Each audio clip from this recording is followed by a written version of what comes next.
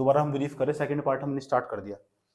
Second part इसका ये मतलब होगा, देखो सेकंड पार्ट किस तरह का स्टार्ट कर दिया, और यहाँ मुझे बताना फोकस तो नहीं बिगड़ रहा क्लास का, समझ में आया बात है?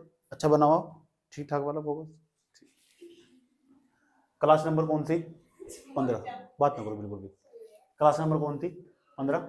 आज हम इसके अंदर क्या पढ़ कहाँ रहे, हम है कहाँ हम, यानी हम भारत का भूगोल पढ़ते पढ़ते हम कहाँ पहुंच चुके, ये बहुत जरूरी। अगर ये मेंस प्रोस्पेक्टिव है तो बहुत जरूरी, जो मैं समझाने तुम्हें जा रहा हूँ ये मेंस के प्रोस्पेक्टिव से बहुत जरूरी होगा कि तुम्हें पता होना चाहिए तुम पढ़ कहाँ रहे, क्योंकि आप ना अभी जो उत्तर का पर्वतीय भाग था उसे पूरी तरह समाप्त कर चुके, उत्तर का जो पर्वतीय भाग था उसे पूरी तरह समाप्त कर चुके। तुम समझ में आया बात है? मेरे साथ समाप्त कर लिया, चाहे पूर्वोत्तर की पहाड़ियां हो, हिमालय हो, ट्रांस हिमालय हो, सब हमने समाप्त कर लिया। और तो और यहाँ तक के दर्रे देख लिए, और कुछ तो हमने नदियों का भी जिक्र करा। और मेरा ऐसा मानना, अगर तुम बार बार रिवीजन करोगे मैं भूगोल की वीडियो नहीं हटाऊंगा, समझ में आया बात है? इकोनॉमिक्स की वीडियो हटा सकता हूँ मैं दूसरे वाले चैनल से, लेकिन जो हाँ पढ़ रहा होगा आराम से प्यार के साथ सप्लाई कर दूंगा उसे, वो मुद्दत तक देख सकता। समझ में आया बात है? उसके व्हाट्सअप पर जाएंगे, लेकिन अगर दूसरे को उसने सेंड कर दिए, मतलब उस पर आया ना एक शेयर का ऑप्शन हुआ कि ये वीडियो काजल के पास है, तो चलो इस साइड में वर्णियों को भेज दिया, वर्णियों के पास तो मीनू को भेज दिया, मीनू के पास से भेज दिया, जो भी भेजेगा ना, जिस पे भेजेगा उसके तो चल जाएंगे, और जो भेजेगा उसके नहीं चलने कभी भी। याद रखिए। अरे ये मेरा खुद का मैनेजमेंट है, प्रबंधन है मेरा, समझ में आया बात है? क्योंकि तुम्हें एक बार मेरा ऐसा मानना, इकोनॉमिक्स की वीडियो देखने बहुत जरूरी है। अगर मैं नहीं देखे ना कम से कम 3 4 5 बार, जब तक मैंने बताया था एक टॉपिक मैंने 3 बार पढ़ा है, इकोनॉमिक्स वाला हो पढ़ाया नहीं पढ़ा, इकोनॉमिक्स वाला जो टॉपिक जब 3 बार पढ़ाया, तो सोचो इस तरह के टॉपिक 3 बार तुम्हारे दिमाग में छप चुका हो, ये प्रगतिशील है, समानुपाती है, ये प्रतिगामी है, समझ में बात है? इस तरह छप चुका, इस तरह ही, तो इस तरह रिविजन करना तो बैठकर, आने वाला टाइम रिविजन का ही होगा सिर्फ, गवर्नेंस के रिटर्न। अच्छा। चलो ध्यान से देखो अच्छे तरीके से, कोई बात नहीं। पहले जियोग्राफी की बात कर लो, तो जियोग्राफी के अंदर हम ये पढ़ रहे हैं कैसा क्वेश्चन बन सकता है मेंस का, जो मुझे लग रहा मुझे जो मुझे लगता है ना, या तो मेंस का क्वेश्चन, लेकिन पीसीएस यहाँ तो बहुत सवाल पूछे, पीसीएस में मेंस के अंदर बहुत सवाल पूछता है यहाँ तो, और पीरी के जो सवाल है ना बहुत कम सवाल रहेंगे इस टॉपिक पर, ज्यादातर मेंस प्रोस्पेक्टिव सवाल पूछेगा, और तुम्हारी समझ के लिए बहुत जरूरी हो। अगर तुम कृषि पढ़नी, अगर तुम्हें भारत की कृषि के बारे में पढ़ना है, एग्रीकल्चर के बारे में पढ़ना, तो इस सब क्षेत्र को पढ़ना बहुत जरूरी है। तो जो उत्तर का मैदान है कैसे बना हुआ, उत्तर का जो मैदान है, जो गंगा ब्रह्मपुत्र, गंगा गंगा सिंधु और ब्रह्मपुत्र की जो नदियां ना, इनके द्वारा जो जलोढ़ लाकर इस क्षेत्र में बिछा दिया गया, उनके द्वारा मैदान का निर्माण हुआ, उसे हम उत्तर का मैदान कहते हैं। वो किस तरह बना, जिसका फॉर्मेशन देखते हैं किस तरह बना हुआ, समझ में आया बात है? कैसे निक्षेप 33 सागर के अंदर जमा होते चले गए, और कैसे मैदान का निर्माण हुआ प्लेन टाइप का, वो पूरी तरह डायग्राम मेरे पास मौजूद है। मेंस का कैसा सवाल आने वाला, पीसीएस में पक्का सवाल निकाल लेगा, 100% सवाल निकालता, चाहे कोई सा पीसीएस देख लो, हरियाणा का पीसीएस दे लो, चाहे झारखंड का पीसीएस दे लो, तो तुम कौन कौन सा दे सकते हो, एक चाहे बिहार का पीसीएस दे लो, या उत्तराखंड पीसीएस दे लो, या राजस्थान पीसीएस दे लो, ये 4 5 पीसीएस हर साल आते रहते हैं इनके एग्जाम, तो ये समझ जाओ कोई सा भी पीसीएस दे लो, और जब कोई कभी भी पीसीएस लिखने का मौका मिलेगा ना, तो यहाँ से सवाल पक्का निकाल लेगा उत्तर मैदान पर, समझ में आया बात है? तो जो मेरा वीडियो तुम्हारे पूरा काम आने वाला, आराम से लिखोगे, 100 शब्दों में लिख सकते हो, 150 शब्दों में लिख सकते हो, बहुत आराम से, अच्छा तरीका मैं पूरा बताऊंगा सारा लिखने का, आराम आराम से बताऊंगा प्यार के साथ, और तुम्हारी समझ के लिए तो बहुत जरूरी होगा, क्यों? क्योंकि और तुम भारत का एग्रीकल्चर भी पढ़ना, और एग्रीकल्चर को पढ़ने कई सारे तरीके हो, नंबर फर्स्ट इकोनॉमिक्स के अंदर भी एग्रीकल्चर पढ़ना पड़ता, कृषि के क्षेत्र के बारे में पढ़ना पड़ता, और दूसरे नंबर पर जो भूगोल है ना, इसके अंदर भी कृषि के क्षेत्र के बारे में पढ़ना पड़ता, मिट्टी के बारे में पढ़ते हैं, तो अन्य दूसरी जो समझ हो उसके लिए भी बहुत जरूरी हो, समझ में आया बात? या और यूपीएससी का कोई भरोसा भी नहीं है, यूपीएससी ने आज तक सवाल पूछा नहीं, इसलिए पहले बता रहा था तुम्हें कहाँ कहाँ सवाल इंपॉर्टेंट होगा, कहाँ तक पूछ सकता, लेकिन मेंस प्रोस्पेक्टिव था आज का टॉपिक, बड़ा इंपॉर्टेंट है, मेंस प्रोस्पेक्टिव था, समझ में आया बात? है कल वाला जो टॉपिक था वीडियो नंबर 14 था, आया समझ में? वो मोटिवेशनल वीडियो था बहुत ज्यादा, जिन्हें देखा होगा उसे घर जाकर भी रोनी आई होगी एक बार, तो समझ में आया बात? ठीक, तो ऐसे ऐसे चला, तुम्हें समय समय पे मिलती रहेगी, जैसे कल की क्लास में तुमसे सवाल पूछूंगा, तो कल को सवाल खेल लेंगे, समझ में आया? सवाल जो भी दिमाग में प्रश्न आ रहा होगा, पढ़ाई को लेकर किस तरह का भी प्रश्न आ रहा है पूछ सकते हो, बेझिझक पूछ सकते हो, किसी भी तरह का सवाल, समझ में आया बात? है कुछ दिमाग में, शरीर में, बॉडी में बाधाएं आ रही हो पूछ लो, कुछ भी आसपास दिखाई दे रहा है ना, राउंड राउंड घूम रहा तो वो पूछ लो, समझ में आई बात? है जिंदगी ना गोल गोल घूमती रहती है, तो जो जिंदगी गोल गोल घूम रही है ना, पूछ लो कुछ क्या हो रहा, समझ में आ बात? है अच्छा खासा ठीक ठाक अनुभव है मेरा, शेयर करता हूँ, तो यानी सारी प्रॉब्लम की एक ही जड़, आराम से शांति के साथ एक ही चीज करनी, मैं भी कह रहा हूँ, तो सिर्फ पढ़ाई, इसके अलावा अगर दूसरी जगह दिमाग दौड़ाया ना, तो कठिनाई पैदा हो जाएगी, नहीं होने में कुछ भी।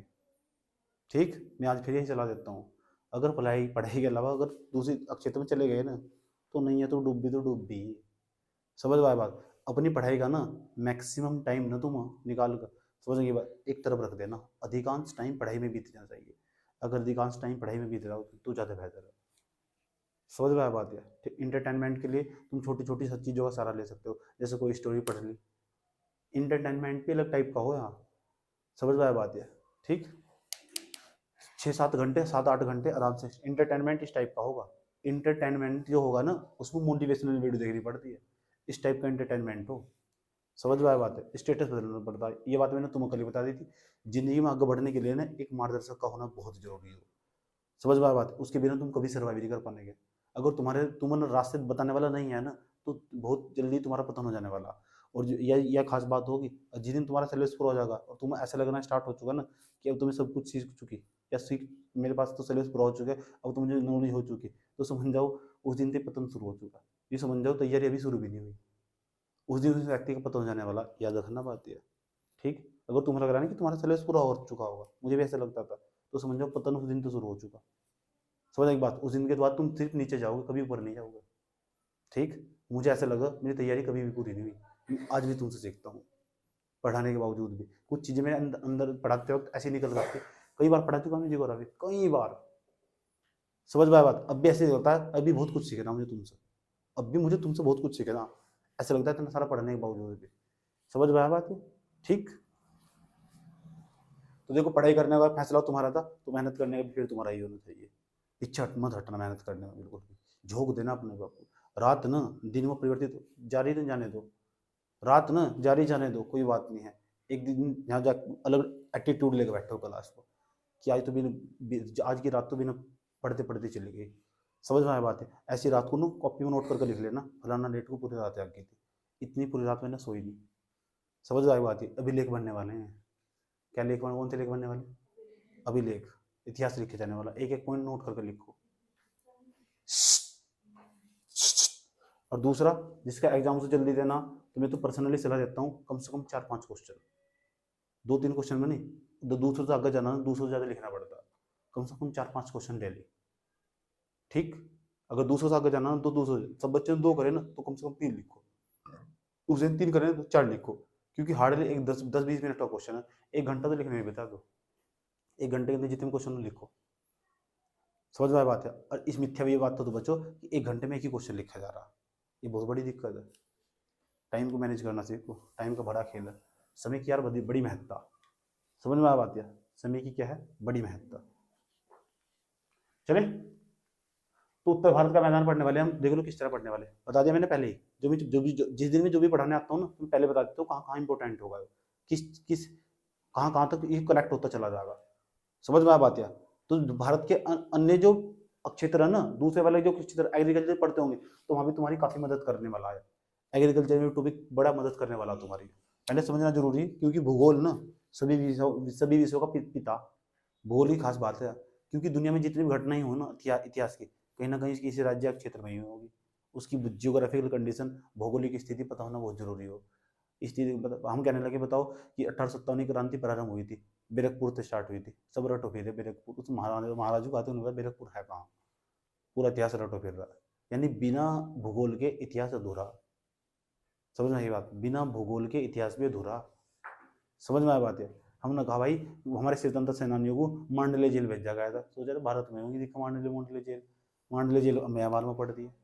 समझ में आया बात? है तो कठिनाई तो होगी ना। समझ आई बात? तो भूगोल पढ़ने के बाद ना दूसरे सब्जेक्टों में पारदर्शिता आने लगती है, जो दूसरे अन्य सब्जेक्ट हों उनके अंदर पारदर्शिता आने लगती है, और वो ना बहुत क्लीन होने लगते हैं। क्या होने लगते हैं? क्लीन होने लगते हैं। वो बहुत जरूरी हो। समझ में आया बात? है तुम्हारी जो पढ़ाई है ना, धीरे धीरे स्मूथली शीशी की तरह धीरे धीरे साफ हो जानी चाहिए। उसमें एक भी प्रकार का कीटाणु नहीं होना चाहिए, और जो कीटाणु है ना आसपास, हटा दो, हटा दो। चलो चलो चलो चलो, बिजी रखो अपने आप को ज्यादातर, जितना होगा अधिकांश समय बिजी रखोगे ना, जितना अपने आप को टाइम दोगे ना निकाल कर खाली, जो पढ़ाई में नहीं है उस दिन ही तुम मारे जाओगे। समझ में आया बात? है अगर मैं ट्यूशन की छुट्टी भी डाल रहा है ना, तो भी मुझे फोर्स कर कहना चाहिए कि आपको छुट्टी नहीं डालनी चाहिए, हमें छुट्टी नहीं रखनी। आपस में इस तरह की एकता बनाओ कि क्या फोन करके छुट्टी नहीं करनी बिल्कुल भी। समझ में आया बात? है जल्दी कोर्स पूरा होगा। समझ में आया बात? है ठीक। और मुझे एक उपभोक्ता मात्रक तरीके समझना कि सिलेबस पूरा करे और साइड से निकल लिए। इस तरह तो जिंदगी में कभी भी किसी पे एग्जाम के काम नहीं होता। समझ में आया बात है? उपभोक्ता मात्र नहीं समझना, आदर्श मात्र समझना। आदर्श मात्र मतलब समझना कि जो काम नहीं करना तो नहीं करना, जो करना तो करना। बात समझ में आई? ठीक, चले अपनी बात शुरू करें। तो चलो, भारत के भौतिक प्रदेश। अब भारत के भौतिक प्रदेश क्या है इसे भी समझो। भारत के भौतिक प्रदेश, और जब हम पढ़ रहे थे ना, मैंने तुम्हें बताया था जो भारत के भौतिक प्रदेश है ना, उन्हें 5-6 भागों में बांटा। 6 भागों में बांटा था मैंने, कितने भागों में बांटा था? 6 भागों में बांटा था। भारत के भौतिक प्रदेश को 6 भागों में बांटा था। जो भारत का भौतिक प्रदेश है, जो ऊपर का भाग है ना, इसे हम उत्तर का पर्वतीय मैदान कहते हैं। उत्तर का पर्वतीय मैदान समझाया था? उत्तर का पर्वतीय भाग कहते हैं, उत्तर का पर्वतीय मैदान कहते हैं, जिसके बारे में हमने पूरी तरह पढ़ लिया जब हमने ट्रांस हिमालय का और उसके अंदर जो हिमालय और जो पूर्वांचल की पहाड़ियां, इनका अध्ययन करा कि नहीं करा? ये सुन लो, बात सही है गलत है? ठीक है। उसके बाद जब हमने इसका अध्ययन कर लिया, जो उत्तर का पर्वतीय भाग उसके अंतर्गत ही सब चीजें आती है, उसके अंदर भी बहुत डीप में जाकर हमने अध्ययन करा। उसमें तुमसे सिंसियरली रिक्वेस्ट करता हूँ, बार बार रिवीजन, मल्टीपल रिवीजन करते चले जाओ। इसके अंदर ध्यान रखना, फोकस तो नहीं बिगड़ रहा। समझ में आया बात है?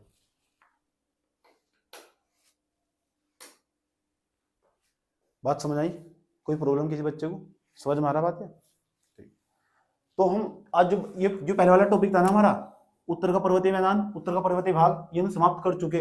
दूसरे नंबर का उत्तर का मैदानी भाग आने वाला, ये उत्तर का मैदानी भाग है, ये हम पढ़ने वाले। 2 भाग हो गए। उसके बाद तीसरा भाग हम पढ़ेंगे पश्चिमी मरुस्थल, जो देखो मैंने ब्लैक कलर के द्वारा बनाया, ब्लैक बनाया। पश्चिमी मरुस्थल भी पढ़ने वाले हम। प्रायद्वीपीय भारत का पठार, ये जो मेरा बनाया गया है ना, ब्लू कलर से बनाया गया, ऐसे लाइन ड्रॉ कर, इंडियन पेनिनसुला बोलते हैं सर, इंडियन पेनिनसुला। इसका मतलब प्रायद्वीपीय भारत का पठार। उसके बाद आसपास का जो भाग दिख रहे वाला भाग, ये आया समझ में? कितने राज्य? 9 राज्य। 9 राज्य, इनकी तटीय सीमा 6100 किलोमीटर लंबी तटीय सीमा है कि नहीं है? कितनी? तो जो तटीय, इसे तटीय मैदान बोलते हैं। एक होता है आसपास यहाँ लक्षद्वीप और यहाँ अंडमान निकोबार द्वीप समूह, इसे बोलते हैं द्वीप समूह। इतना ही है बस भारत का जो भौतिक विभाजन है इन 6 भागों में करा गया। और 6 के 6 को पढ़ने के बाद समझ जाओ भूगोल का ना काफी सिलेबस पूरा हो चुका होगा तुम्हारा, काफी मात्रा में सिलेबस पूरा हो चुका होगा तुम। और जो बच्चे डेली का डेली मैप बना रहे होंगे ना, भारत का मैप उनके लिए घर की मुर्गी दाल बराबर जैसा हो चुका होगा।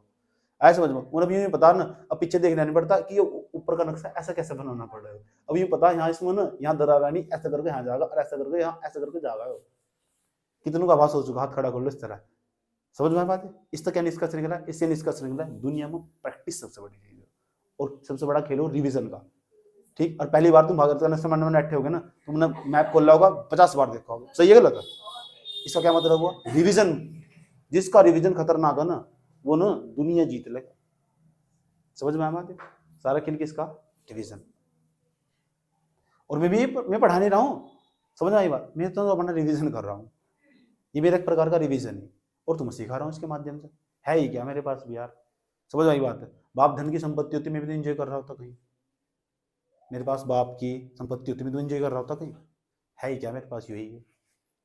समझ रहा? तो कुछ को खुद करना पड़ता है यार। तो हम आज पढ़ेंगे उत्तर का मैदान, उत्तर का मैदानी भाग। चले, तो उत्तर का मैदानी भाग पढ़ेंगे। ये उत्तर का मैदानी भाग, इसके बारे में अध्ययन करेंगे। अब सवाल है बना कैसे? ये उत्तर का मैदान है जो तुम्हें दिखाई दे रहा है, ये उत्तर का मैदान है सारा, जो ब्लू कलर से बनाया गया। उत्तर का मैदान लगभग 75 लाख किलोमीटर स्क्वायर में फैला हुआ। मीन्स में लिखने में काम आएगा इस तरह का फैक्ट। ऐसा समझो, जो उत्तर का मैदान है 75 लाख किलोमीटर स्क्वायर में फैला हुआ, दूसरों के अपेक्षा ज्यादा नंबर देखा जाएगा अगर तुम उत्तर के मैदान में लिखोगे। मैं इतने सारे फैक्ट कैसे लिख दिए? इस तरह लिख दिए। क्यों? क्योंकि मैं ऑप्शनल रहा हुआ तो उसका मुझे यहाँ फायदा दिखाई दे और तुम आराम से लिख ले जाओगे। समझ में आए बात है? उत्तर का जो मैदान है लगभग 75 लाख किलोमीटर स्क्वायर में एरिया में फैला हुआ। पूछने का नहीं पेपर में, किसी पेपर में नहीं पूछने का, ना पीसीएस में, ना पीडी में, ना मेन से पूछने का कितने में फैला हुआ। ठीक, लेकिन लिखने में काम आएगा। समझ में आए बात है? जो परीक्षक जो कॉपी चेक करता होगा उस पर सकारात्मक प्रभाव पड़ेगा, ऐसे मान के चलेगा ठीक ठाक समझ में आए बात है? उसके बाद जैसे तुम देखोगे ना, पश्चिम में इसकी चौड़ाई लगभग 500 किलोमीटर और इधर ना इसकी जो चौड़ाई है, इधर की पूर्व की तरफ जाने पर इसकी चौड़ाई घटती है। ये बात आप जानते हैं। ऐसा कुछ बल लगता, ऐसा संपीड़न बल लगता अंदर प्लेटों के द्वारा, सब जानते हो। पिछली कक्षाओं के दौरान मेरे द्वारा सब बताया गया। समझ में आया बात है? ऐसा बल लगता है, ये बल लगता ऐसा। तो इसकी चौड़ाई ना इधर 20 किलोमीटर लगभग। कितनी? 20 किलोमीटर पूरी मत लिखना, लगभग 20 किलोमीटर ऐसे लिखा कर, 20 किलोमीटर। और जिसकी टोटल लंबाई ना उत्तर के मैदान की वो 3200 किलोमीटर। 3200 किलोमीटर। देखो 3 फैक्ट मैंने तो 3-4 फैक्ट तुम्हारे याद करवा दिए हैं। और ये 3-4 फैक्ट ही ना तुम्हारे क्वेश्चन को दूसरों की अपेक्षा अट्रैक्टिव बना देंगे, और यही तो चाहिए। नहीं लिखना यार, इतना सारा नहीं लिखना, ज्यादा हाई लेवल का भी नहीं लिखना, दूसरों से अच्छा लिखना। समझ में आई बात है? हमेशा ये बात दिमाग में सेट करके रखनी, इतना सारा बच्चा पेपर दे रहा है, दूसरों से अच्छा लिखना। और एक कॉन्फिडेंस अपने भीतर हमेशा पैदा करके रखना कि तुम तैयारी करते करते 12th क्लास के बाद कुछ नहीं करा, सिर्फ यूपीएससी की तैयारी करी। इसका मतलब तेरा लेवल ना जितने पेपर दे रहे उन सबसे ऊपर है। ऐसा कोई चीज नहीं है जो तुझे भाई जी ने ना पढ़ाया हो। समझ में आई बात है? इसलिए तुम्हारे एग्जाम के अंदर सक्सेसफुल होने के चांस 100% प्लस 110%। दूसरे वाले के नहीं है। ऐसा आधा 1 साल से बैठेगा, बस तुम्हारा मुकाबला उनसे होगा जो मेरे जैसे होंगे, एग्जाम दे रहे होंगे, जो 2-3 साल बाद होंगे। ठीक, तो तुम कम नहीं होने के, क्योंकि तुम रिविजन करके रखना। समझ में आई बात यार? क्योंकि जब तुम एग्जाम देने जाते हैं ना तो एलीट क्लास का मुकाबला हो। आईएएस का एग्जाम वही दे जो अपने माइंड को पूरी तरह संतुष्ट बैठा चुका, जो एमबीबीएस से पहले थी, जिसके दिमाग में टेंशन नहीं है, होगा नहीं होगा, बहुत रिलैक्स होकर एग्जाम दे रहा, सब कुछ छोड़ कर एग्जाम दे रहा, उसका सिलेक्शन हो।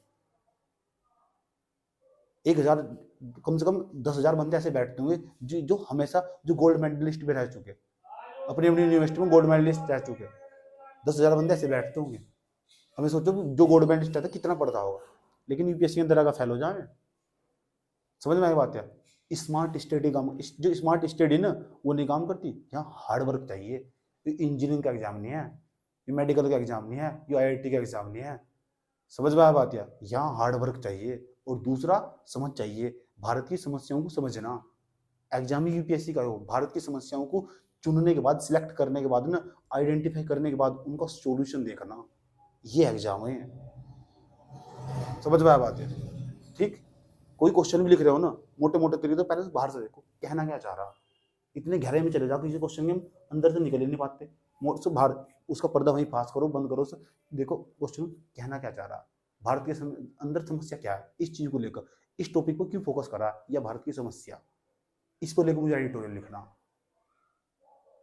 कैसे कैसे इस समस्या से निजात पाया जा सकता, कैसे इस समस्या का उन्मूलन करा जा सकता, ये सोच रहा हूं। समझ में आया बात है? तुम जितने भी एडिटोरियल पढ़ रहे हो सब में कुछ ना कुछ प्रॉब्लम ही होगी, जब तो एडिटोरियल दे रहा हो। ऐसे समझ लो, अरे सारी प्रॉब्लम भारत की होगी, और नहीं होगी तो भारत तो जोड़ दिया जाएगा। बस ये गलत है।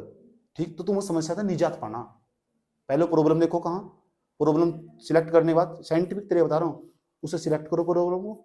आए समझ में? सिलेक्ट कर लिया, ठीक, उसके बाद ऑल डिलीट मार दो सारी प्रॉब्लम, इसका मतलब उसका सोल्यूशन देखो। बात समझ में आई? ऐसा करना अच्छा एग्जाम नहीं है। यानी अगर किसी इंसान को तुम्हारे साथ दुश्मनी तो उसे यूपीएससी तैयारी करवा दे एक बार ठीक ठाक तरीके, तो अच्छा मौका उसकी जिंदगी खराब करने का। इरा सिंगल का यही कहना। समझ में आ जाती है? चले अब देखो, अब हम तुम्हें समझाने जा रहे हैं कि जो उत्तर का मैदान है, नहीं उत्तर का मैदान है, उत्तर का मैदान है, ये उत्तर का मैदान 75 लाख किलोमीटर स्क्वायर में फैला हुआ, और पश्चिम में इसकी चौड़ाई लगभग 500 किलोमीटर। लगभग लिखना जरूरी, पूरा कंप्लीट मत लिखना। पूर्व की तरफ जाने पर इसकी चौड़ाई घटने लगती है और इसकी चौड़ाई लगभग 20 किलोमीटर पाई जाती है। कितनी? आए समझ? अभी लिखेंगे इसके बारे में, घबराओ मत बिल्कुल भी। तो हेडिंग यही है, हेडिंग हमारी यही है, उत्तर का मैदान। उत्तर का जो मैदान है उसका निर्माण कैसे हुआ, यही मैं समझाऊंगा तुम्हें। यहाँ तक पीढ़ी के भी छोटे छोटे सवाल पूछ लेते हैं कि जो उत्तर का मैदान है इसका निर्माण हुआ कैसे, और तुम्हें समझाने की पूरी कोशिश करता हूँ मैं। ध्यान से समझना अच्छे तरीके से। ये इंडियन प्लेट में है, ऊपर हमारी यूरेशियन प्लेट थी। क्या तुम मुझे बता सकते हो इंडियन प्लेट किसका भाग थी? गोंडवाना लैंड का। और वो किसका भाग थी? अंगारा लैंड का। उसे लारेंसिया भी कहते थे, कहते नहीं थे? ये इंडियन प्लेट ना इसके नीचे निक्षेपित हो रही, ये इंडियन प्लेट इसके नीचे निक्षेपित हो रही, जिसके चलते ना यहाँ पर्वतों का निर्माण हुआ और बीच वाले भाग बने। हाँ, अतीत काल में बहुत सारी नदियां भाग करती थी, अतीत काल में ऊपर से बहुत सारी नदियां बहती थी, आज भी बहती हैं। देखो सिंधु नदी नहीं है यहाँ से, सिंधु के बाद क्या हुआ? झेलम, चिनाब, रावी, ब्यास, सतलज, ये तो नदियां बहती है। समझ में? जो सिंधु नदी है ना, सिंधु नदी है, इसके आसपास का जो क्षेत्र है, इसकी सहायक नदी जो आसपास की, इनके द्वारा अतीत काल में जो ऊपर से नदी बहती है, कोई नदी हमेशा कभी भी अकेले नहीं बहती, अपने साथ मिट्टी लाती है, कंकड़ लाती है, बड़े बड़े पत्थर लाती है, और इतने बड़े बड़े पत्थर तो पहले ही छोड़ देती है। छोटे छोटे पत्थर थोड़े आगे चले जाते हैं, उसके छोटे छोटे पत्थर थोड़े और आगे चले जाते हैं, किसे खिसक कर छोटे छोटे और भी आगे चले जाते हैं। छोटे छोटे जो कंकड़ पत्थर होंगे वे और भी आगे चले जाते हैं, इतने छोटे छोटे होंगे तो और भी आगे चले जाते हैं। तो जो बारीक होंगे मिट्टी दूसरे वाले क्षेत्रों में चली जाती है जहां बाढ़ आती है। समझ में आई बात? तभी तो बनते हैं खादर बंगर, आज इसके बारे में पूरा समझना अच्छी तरीके से। समझ में आ बात? है वो इसका ही भाग। तो इसका ये मतलब होगा जो बीच वाला जो उत्तर का मैदान है ना, प्लेन है पूरी तरह। इसका मैं निर्माण बताता हूँ तुम्हें कैसे हुआ। उत्तर का जो मैदान है ना, इसका निर्माण कैसे हुआ। हो सकता है निर्माण की बात पूछ रहा है ना, इसका मतलब एक्सप्लेन करना पड़ेगा। एक्सप्लेन करना पड़ेगा, इसका मतलब पीसीएस वाला सवाल निकालवा सकता है यहाँ से। मैंने तो मास्टर्स किया हुआ कई सब्जेक्टों के अंदर, तो मुझे तो पता कैसे लिखना होता है, कैसे क्वेश्चन बनाए जाते हैं। समझ में आ बात है? इसलिए मैं कह रहा हूँ मुझे पहले आभास हो जा कि कॉपी चेक करने वाले को पेपर बनाने वाला यहाँ से क्वेश्चन बना सकता है। पूछेगा तुमसे जो उत्तर का मैदान है, भारत का जो उत्तर का मैदान है, भारत में उत्तर का मैदान, ठीक, उसका निर्माण कैसे हुआ, उसके निर्माण की प्रक्रिया को समझाइए, ऐसे सवाल पूछ सकता है। समझ में आई बात? या उत्तर के मैदान की पर टिप्पणी लिखिए। और पीसीएस में पता कैसे सवाल पूछे उत्तराखंड पीसीएस में, भाबारक क्षेत्र क्या होता है, भाबारक क्षेत्र टिप्पणी लिखो, तराई क्षेत्र पर टिप्पणी लिखो, खादर बांगरक क्षेत्र क्या होता है टिप्पणी लिखो, 20-20 शब्दों। समझ में आ बात है? इसके अंदर तो सवाल पूछे हुए, इसका मतलब टॉपिक ठीक ठाक तरीके से इंपॉर्टेंट है, इग्नोर नहीं करा जा सकता। जानना चाहते हो? ठीक। तो ये बताओ, ये इंडियन प्लेट उस यूरेशियन प्लेट के अंदर निक्षेपित हो रही नहीं हो रही? निक्षेपित हो रही है। ये ऊपर तो कौन सी प्लेट है, ऊपर तो कौन सी प्लेट है, अंगारा लैंड, ठीक। इसे यूरोपियन प्लेट कह दो, यूरोपियन, ये यूरेशियन प्लेट कह दो। ये यूरेशियन प्लेट है, ये यूरेशियन प्लेट है ना, ये यूरेशियन प्लेट, और ये प्लेट इसके नीचे ऐसे निक्षेपित हो रही नहीं हो रही? ज्यादा बल ने ऐसे लगा रही है, ज्यादा बल इधर तो लगा रही है, लगा रही ये तो हिमालय संकीर्ण होता चला गया। यह बात समझ में आई नहीं आई? ये भी तो ये हिमालय ने इस तरह करके संकीर्ण होता चला गया, ये वाला भाग संकीर्ण होता चला गया। और मुझे इस बात का डर है, ये टूट कर नहीं डरते दिन चाइना में पड़ा ले जा उठाएगा इधर जाने वाला है, लेकिन बहुत साल लगेंगे इसमें। तुम्हारे बच्चे बच्चे बच्चे बच्चे बच्चे बच्चे बच्चे बच्चे बच्चे बच्चे बच्चे बच्चे बच्चे बच्चे के बच्चे शायद इस प्रक्रिया को देख लो, अच्छी बात है। समझ में आया? तब तक यहाँ फॉल्ट पड़ चुका हुआ, फॉल्ट। मैम प्लीज चुप हो जाओ आप, ये बात बताओ समझ में आई नहीं आई? अच्छा इसे समझो ना, यहाँ देखना अच्छे तरीके से, जो यहाँ प्रक्रिया समझाई गई ना, यहाँ प्रक्रिया जो यहाँ उत्तर का मैदान का निर्माण हुआ, मैं ना मुझे लग रहा था कि यहाँ ना होच पोच की स्थिति उत्पन्न हो सकती है। किसकी? जिगजैग हो सकता है, जिगजैग। इसलिए ना मैंने उत्तर के मैदान को समझाने के लिए एक दूसरे डायग्राम का सहारा लिया।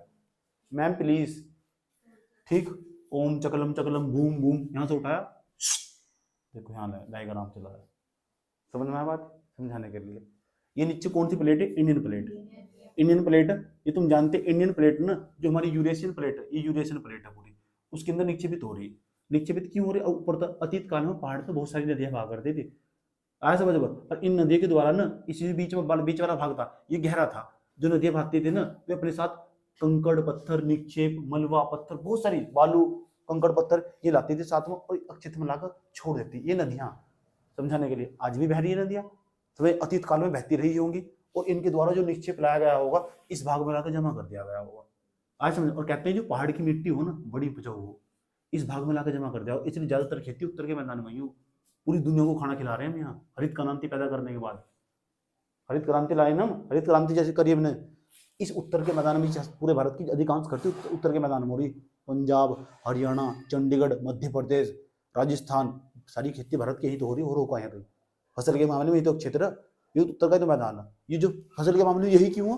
क्योंकि इसका निर्माण हुआ, पहाड़ों से जो ऊपर से नदियां बहा करती थी ना, उनके द्वारा यहाँ का निक्षेप, यहाँ का मलबा, समझ में आई बात? नदियों पहाड़ का वो काट कर लाकर यहाँ जमा कर दिया गया, और वो बहुत अधिक मात्रा में उपजाऊ हो।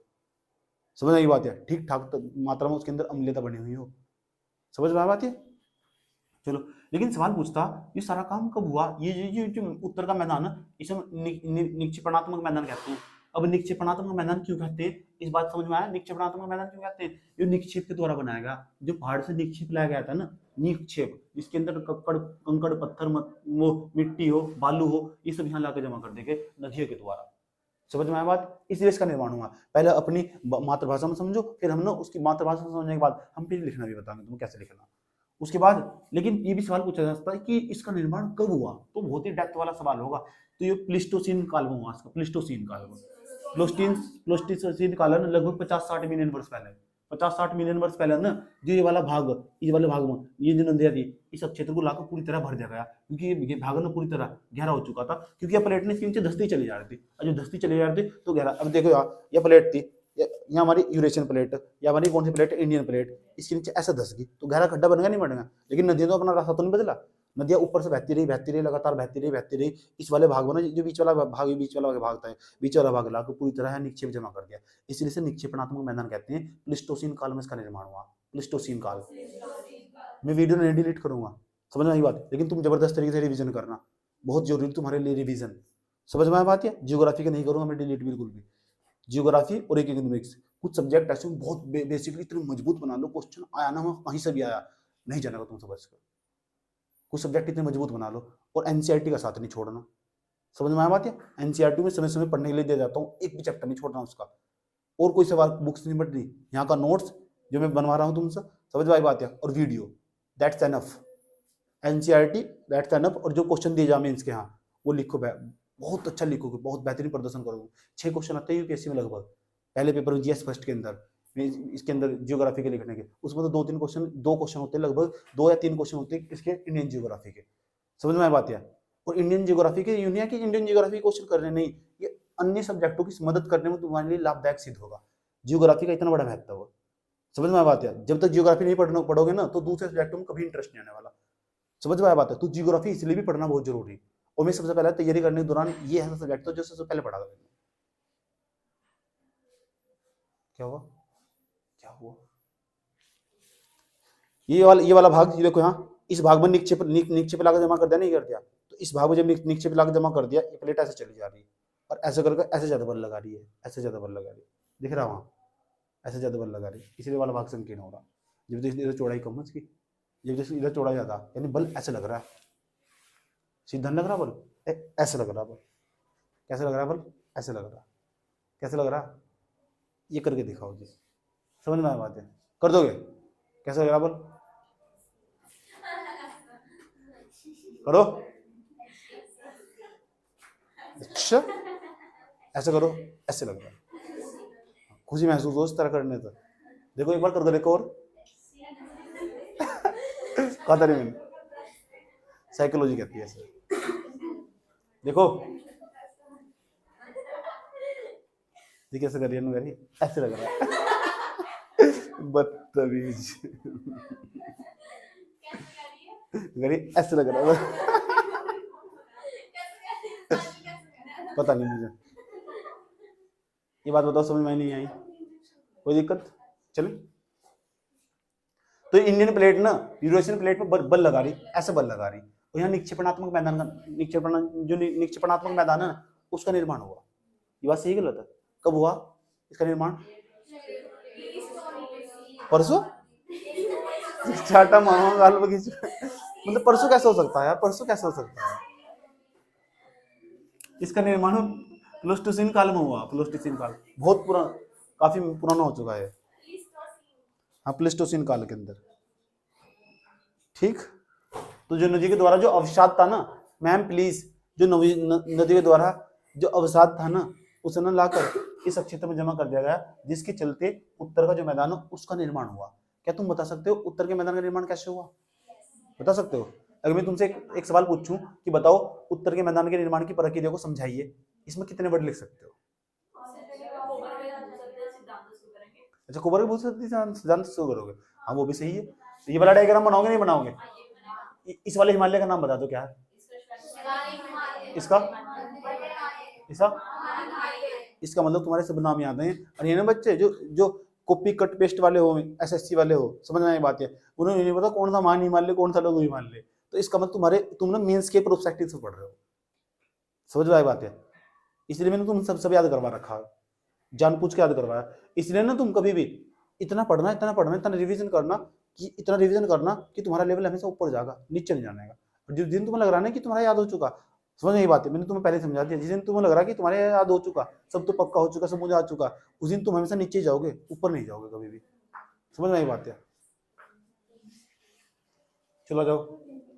हिमालय का उत्थान हुआ नहीं, यहाँ 33 सागर था नहीं, पहला 33 सागर था नहीं, तो 33 सागर के अंदर ना, अब मैं समझाने जा रहा हूं, मैं होता तो इसका उत्तर कैसे लिखता, मैं होता इसका उत्तर कैसे लिखता, 100 वर्ड के अंदर कैसे मिनट आता इसका उत्तर।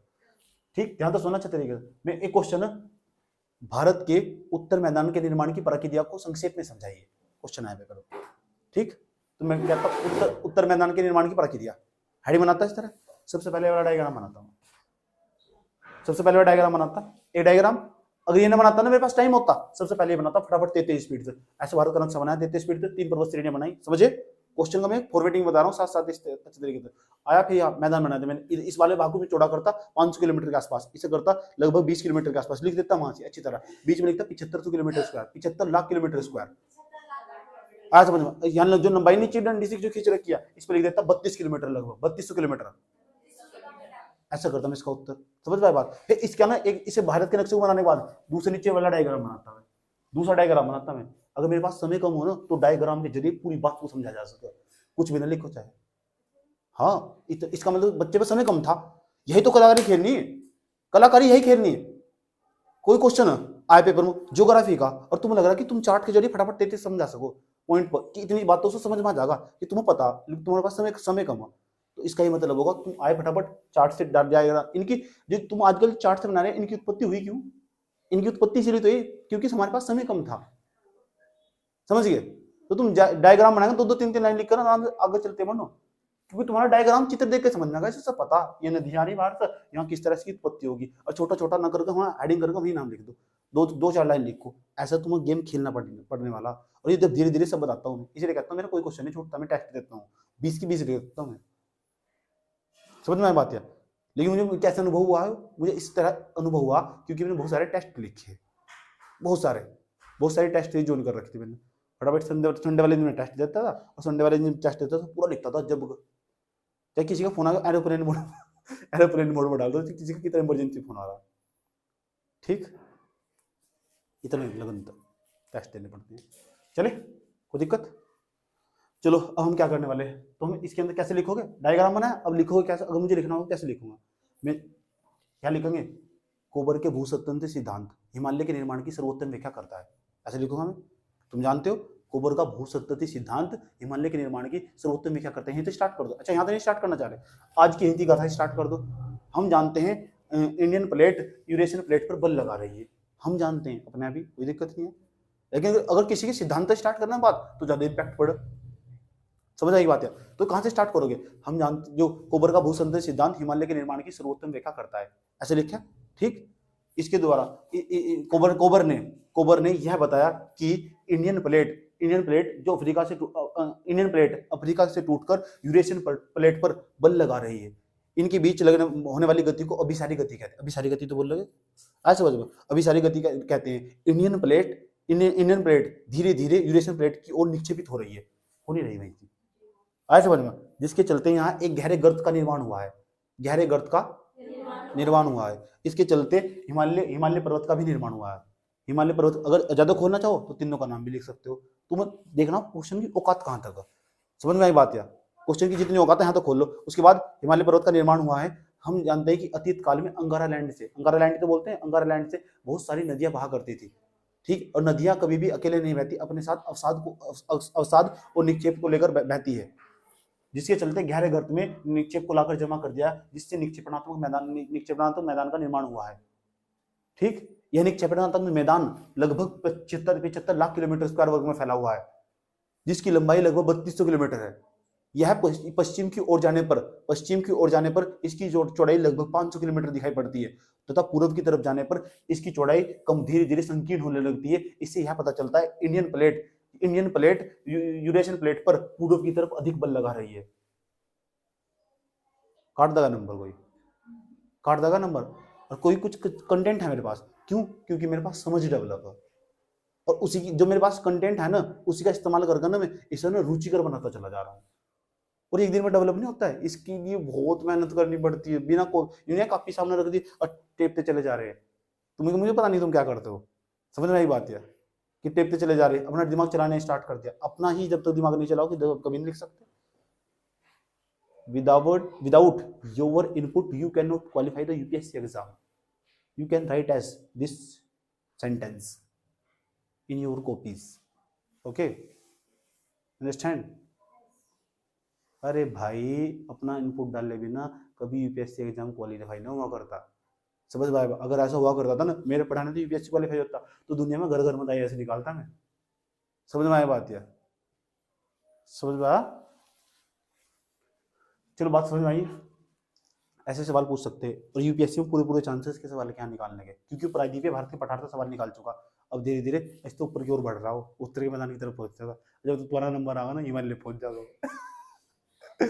समझ रहे हैं ना सवाल किस तरह पूछ रहा है? 2-3 सवाल में तुम्हें ये पता चल रहा हूँ कितने सवाल पूछ रहा है। हार्डली 2-3 सवाल पूछता इंडियन ज्योग्राफी तो मेंस के अंदर 3 सवाल तो आसपास उसको पूछने 3। ठीक, और एक ऐसा जो इनमें तो पक्का ना 100%, जब तो तुम्हारा टाइम है इन 6 के 6 में से एक सवाल पक्का ना, और जो शुरू के 5 तो बहुत इंपॉर्टेंट है यहाँ से। ठीक है, बाकी तुम मुझे कब समझ होगी, क्वेश्चन बैंक साथ में होना चाहिए। टॉपिक पढ़ने के बाद उसी दिन घर जाकर पीडी का क्वेश्चन, उसी दिन घर जाकर मेंस का क्वेश्चन पहले अपने आप देखो, देखने के बाद उसका प्रचार प्रसार कर दो। प्रचार प्रसार कहाँ करना हो? ग्रुप के अंदर। कोई दिक्कत? तैयार हो तुम? मजा आ रहा नहीं यार पढ़ाई में? पढ़ाई में बहुत मजा आ रहा है, ऐसा मजा तो जिंदगी में कहीं भी नहीं है। सुकून है इसमें। क्या है इसमें? 0 किलोमीटर। अच्छा, सुकून दिखाई दे रहा है आपको इसके अंदर। अगला सवाल ध्यान से सुनना चाहिए तरीके से। अब जो उत्तर का जो मैदान है, ये जो उत्तर का मैदान है लिख लोगे ना, उत्तर, मैंने पूरा उत्तर बोल रहा। अच्छा, एक सवाल ये भी पूछ सकता, भारत के भौतिक प्रदेश है, इसमें पूछेगा उत्तर के मैदान के निर्माण की प्रक्रिया को समझाइए। ये तो सवाल ही पूछ सकता। उत्तर के मैदान पर टिप्पणी लिखिए, तो जब भी तो यही मतलब होगा, कोई टिप्पणी में बैठ कर आलोचना करोगे इसकी, समझ में आ बात है? ठीक, इसकी आलोचना करोगे तो अगर आलोचना करोगे तो ऑप्शनल पहुंच जाओगे। इतना गहरे नहीं पढ़ना चाहिए कि इसको आलोचना करने में, नहीं ऐसे नहीं बना होगा, ऐसे बना होगा, अपने अपने तरफ गड़ रहे हैं बैठ कर। समझ में आ बात है? तो ये उत्तर का मैदान है। तो ये चलो हमारा जियोग्राफी का हुआ, अभी जियोग्राफी का हुआ। अब समझते हैं कि यार जो निर्माण प्रक्रिया के आधार पर उत्तर के मैदान को 4 भागों में बांटा गया। ये उत्तर का मैदान है ना, जैसे जैसे बना होगा इसमें सबसे पहले क्या बना होगा? भाई उत्तर का मैदान है, जब बना होगा यानी जब इसका निर्माण हुआ होगा, जब इसके निर्माण की प्रक्रिया चल रही होगी, तो उसमें सबसे पहले कौन सा भाग बना होगा? उस पहले भाग का क्या नाम है, दूसरे भाग का क्या नाम है, तीसरे भाग का क्या नाम है? 4 भागों में बांट दिया हमने अपने अध्ययन की सुविधा के लिए। अरे भाई ये उत्तर का मैदान बना होगा, इसमें भी सबसे पहले कौन सा बना होगा? ये वाला भाग बना होगा, ये वाला भाग बना होगा, ये वाला भाग बना होगा। कौन सा भाग बना होगा और कौन कौन से भाग को क्या कहते हैं? समझ गए क्या कहा? निर्माण प्रक्रिया के आधार पर उत्तर के मैदान को 4 भागों में विभक्त किया गया है, बांटा गया है, डिवाइड किया गया है। ठीक, कोई दिक्कत यहाँ तक? कितने भागों में? 4 भागों। 4 भागों के नाम जानना चाहते हो? चारों भागों के नाम बताने जा रहा हूँ, क्योंकि वहां से पेपर में सवाल पूछा हुआ। ठीक, एक का नाम है लिखा हुआ है यहाँ से, भाबर क्षेत्र। बाबर नहीं है, बाबर आया था 1526 में, भाबर है इसका नाम, भाबर। उसके बाद तराई क्षेत्र, उसके बाद खादर क्षेत्र, बांगर क्षेत्र। पहले का नाम भाबर क्षेत्र, भाभर, बोलो तराई क्षेत्र, खादर क्षेत्र, बांगर क्षेत्र। इतनी बात बताओ, समझ में नहीं? बता दो चारों का नाम किसके नाम पर, किसके आधार पर निर्माण प्रक्रिया, यानी जो उत्तर का मैदान है ना, इसका निर्माण किस प्रक्रिया के तहत हुआ होगा? और जब इसका उत्तर के मैदान का निर्माण हो रहा होगा, प्लेस्टोसीन काल में इसका निर्माण हुआ, जब प्लेस्टोसीन काल में इसका निर्माण हो रहा होगा, तो सबसे पहले इसके अंदर कौन सा भाग बना होगा? भाबर बना होगा, तराई क्षेत्र बना होगा, और खादर क्षेत्र क्या होगा? बांगर क्षेत्र बना होगा। और ये क्षेत्र है कैसे भाई, ये बता दो। और ये बताओ इनकी विशेषता कैसी, और ये बताओ कहाँ कहाँ पाई जा, जरा आप बताए ना तो खुलकर बताओ। अच्छा, मेरे से सवाल पूछा हुआ, हाँ खुलकर सवाल पूछा हुआ, इसका तो फैन हो। ऐसा समझ में, जब कोई टेस्ट सीरीज देने बैठे हो ना, यहाँ तो टेस्ट सीरीज वाले बड़े बदतमीज है, इन पर सबको सवाल बना कर देख रखा है टेस्ट सीरीज वाले। समझ में आ बात है? तो फिर कहाँ से कंटेंट निकाल लोगे? फिर तुम्हें मेरी कॉपी याद आ गई, वहां से कंटेंट निकाल लोगे। समझ में आ बात है? कोई प्रॉब्लम यहाँ? मैंने कहा बताया था तुम, जो मेरे वीडियो होने वाले नहीं है, समझ ये अभी लेख बनने वाले, समझ में आ बात है? बार बार तुम इनकी तरफ दौड़ोगे, याद कर लो, याद एडवांस ना दौड़िए। ये सोच रहे तुम ना कि तुम्हारा तो पक्का हो चुका खादर बांगर, अगर इसके अलावा गए कि लिख ही नहीं पाएंगे, लिख ही नहीं पाओगे। समझ में आया? 3600 घंटे पढ़ना एवरेज तरीके था, अगर सिलेबस सारा पढ़े ना, और टाइम जोड़ कर देखो मैं, और तुम लगातार पढ़ी रहे 3600 घंटे पढ़ना पड़ेगा। जब जाकर यूपीएससी का सिलेबस पढ़ोगे, सिर्फ पढ़ोगे। समझ में आया बात है? अब जानना चाहते हो भाबर क्षेत्र कौन था, और जो तराई क्षेत्र कौन था, और खादर कौन था, बांगर कौन था? अब इस बात को समझाने के लिए जो जगह खाली पड़ी हुई है ना, उसका सहारा लेता हूँ और तुम्हें समझाने की कोशिश करता हूँ। खादर क्षेत्र कौन सा हो, बांगर क्षेत्र कौन सा हो। एक तो भाबर, पहले मैं भाबर समझाऊंगा, ठीक, भाबर, और उसके बाद तराई क्षेत्र समझाऊंगा, उसके बाद खादर क्षेत्र समझाऊंगा। इससे पहले यहाँ इस वाले डायग्राम को देख लो, इस डायग्राम के अंदर भी ना मैंने जो भाबरक क्षेत्र, भाबर भाबर भाप नहीं है, भाबर हो भाबर, तो जो भाबरक क्षेत्र है ना, अच्छा भाबरक क्षेत्र किसका भाबरक क्षेत्र है? उत्तर का जो मैदान है ना, उसे 4 भागों में बांटे। किसके आधार पर? यानी उत्तर का निर्माण क्या, उत्तर का जो मैदान है, उत्तर का जो मैदान है उसका निर्माण कैसे हुआ होगा, उसकी निर्माण प्रक्रिया के आधार पर इसको 4 भागों में बांटा गया है। कितने भागों में? इसका निर्माण कैसे हुआ ये समझ लो। जो उत्तर का मैदान है किस कौन कौन सी नदी के द्वारा हुआ? एक तो सिंधु नदी है, सिंधु नदी के आसपास जो नदियां इसमें मिलती है ना, इसे हम सिंधु नदी तंत्र बोलते हैं। तो इसे मुख्य रूप से सिंधु नदी बोलते हैं। और ये कौन सी नदी है? गंगा नदी, इनके द्वारा बनाया गया गंगा नदी। तुम तो आज दिख रही है गंगा इतनी सी बह रही है, अतीत काल में सारे में बहा करती थी, यहाँ चारों तरफ बहा करती थी, और यहाँ इन्होंने काट काट कर मिट्टी जमा कर दी। आया समझ में? धीरे धीरे धीरे धीरे धीरे पता क्या हुआ, इसका आकार कम होता चला गया। अब यह गहरी घाटाई में बहना स्टार्ट होती। ये सारा भाग जो मिट्टी लाके बिछाई गई ना, हाँ जो प्लान मिट्टी है सारी, यूपी में जाओगे, मध्य प्रदेश में जाओगे, राजस्थान में जाओगे, जो मिट्टी बिछाई हुई ना उसको किसी जमाने में गंगा ने लाके बिछाई थी। ऐसे समझ। और ये जो नदी तुम देख रहे हो सतलज नदी, वो भी मिट्टी काट कर ले गई थी, ऐसे बिछाई थी। और अतीत काल में ना विसर्पण करी थी, बहती थी, बड़ी तेज बहती थी, और बहुत बड़े क्षेत्रफल में, कम से कम 150-200 किलोमीटर के एरिया में बहती थी, चौड़ाई के रूप में ये नदियां। समझ में आई बात है? धीरे धीरे धीरे धीरे काट कर गहरा करती रही और अपना स्थान ढूंढती रही है। अब इन्हें समुद्र का रास्ता तलाश रह गया। नदी का अंतिम लक्ष्य हो समुद्र तलाशना। समझ में बात? वहां से निकलती है और समुद्र तलाशी लेती है, अपनी मंजिल तलाशी लेती है। समझ में आई बात? यार तुम क्या कर रहे हो, तुम्हारी मंजिल यूपीएससी, और धीरे धीरे धीरे धीरे धीरे तुम कुछ भी करोगे, आज ये पढ़ा, धीरे धीरे उस तक पहुंच जाओगे अगर तुमने अपना टारगेट नहीं बदला। किसी चीज को शिद्दत से चाहो ना तो पूरी कायनात उसे मिलाने में लग जाती है। कौन सी पिक्चर का डायलॉग है? ओम शांति ओम का। समझ में आई बात है? समय लगा ना तो जरूर देखना इस पिक्चर को, लेकिन अलौकिक पिक्चर है, बस इसका डायलॉग ही बढ़िया है। समझ में आई बात है? ठीक। एक मूवी है उसका नाम है हिचकी। हाँ हिचकी, देखना जरूर, बड़ी मस्त मूवी, पढ़ने के शौकीन हो जाओगे। बात समझ में आई? बात समझ में? अच्छा इसे तुम भूलने के उत्तर का मैदान का निर्माण कैसे हुआ अब भी दिमाग में डायग्राम है। कौन सी प्लेट अंदर जा रही? कौन सी प्लेट के अंदर? सबसे पहले कौन क्या बना? सबसे पहले तो मानी माल्य बना था। ऐसे बना। मानी माल्य के बाद कौन था हिमालय में? मध्य माल्य। मध्य माल्य के बाद फिर बाद में किसका निर्माण हुआ? किसका? उत्तर के मैदान का। बहुत सारे अवसाद ला के जमा कर दिए गए। समझ गए होंगे तुम? मेन चीजें समझाना। ठीक, अगर समझ चुके ना और डाटा दिया गया तो सब लिख लोगे तुम तो जो मैं यहाँ बोलता हूँ यहाँ में नहीं लिखा हुआ उसे भी लिखते होंगे। समझ आएगा? तुम्हारा कापी भर जाता हो, लिखना चाहिए, यही हो। समझ आएगी? यही हो कलाकारी। चलो अब हम चलते हैं थोड़ा आगे की ओर चलते हैं और तुम्हें समझाने की पूरी कोशिश करते हैं कि ये भाबर क्षेत्र कहाँ से मौजूद है। अच्छा ऊपर से बहुत सारी नदियां बहती है, छोटी छोटी नदियां बहती है ऊपर से। तो ये जो बीच वाला भाग है ना, जहाँ शिवालिक का क्षेत्र पाया जाता है, शिवालिक का क्षेत्र जो शिवालिक पहाड़ियां पाई जाती है, शिवालिक पहाड़ियां हैं, ये छोटे छोटे कंकड़ पत्थर दिख रहे तुम्हें? दिख रहे? इस क्षेत्र को भाबर क्षेत्र कहते हैं। इसे समझते हैं और इसे समझने की कोशिश करते हैं। नदियां आई ऊपर से, जब नदियां आ रही थी, सरिताएं आ रही थी ऊपर से। सरिता नदियों को तो बोलते हैं, उसको पर्यायवाची नहीं आएगा, पर्यायवाची नहीं पड़ेगा। छोटी छोटी जो सरिताएं आ रही थी ऊपर से। चुप हो जाओ।